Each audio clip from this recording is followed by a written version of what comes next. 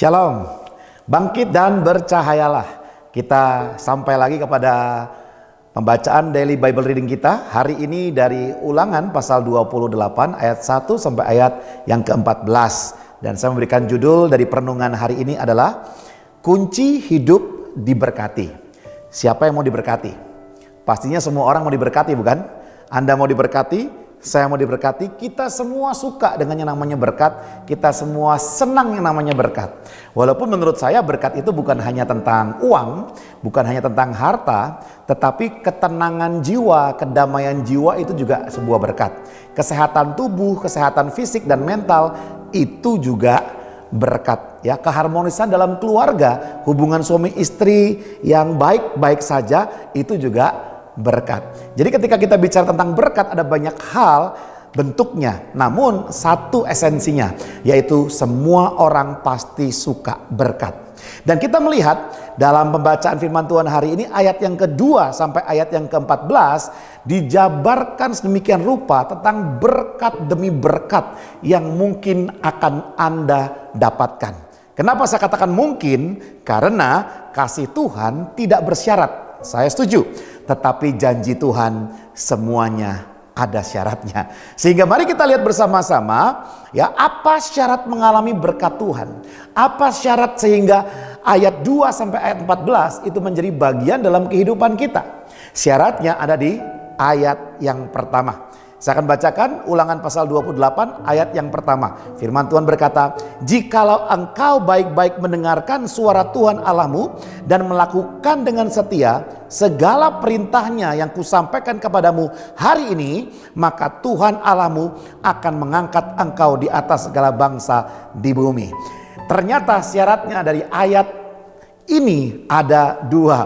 Yang pertama adalah baik-baik mendengarkan suara Tuhan, baik-baik mendengarkan suaranya.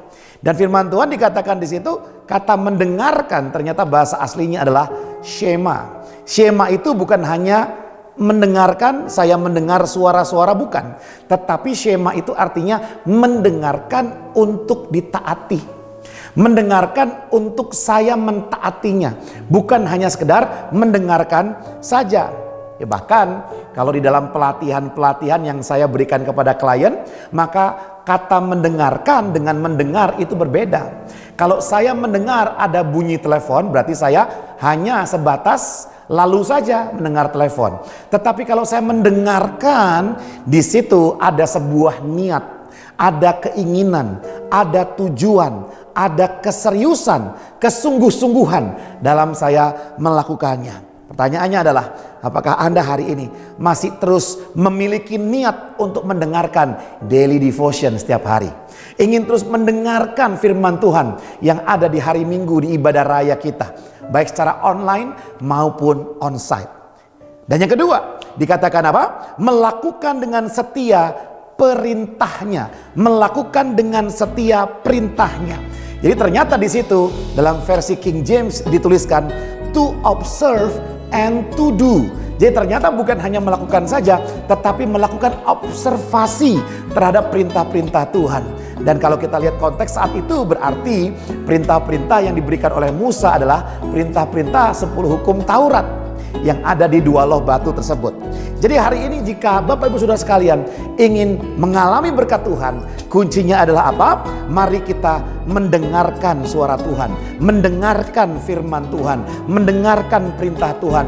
Dan yang kedua, melakukannya dengan setia, melakukan observasi, meneliti, dan mempraktekkan dalam kehidupan kita. Tuhan Yesus memberkati.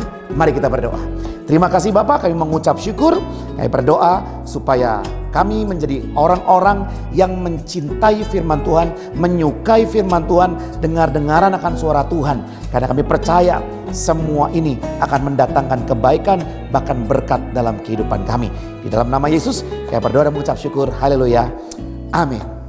God bless you.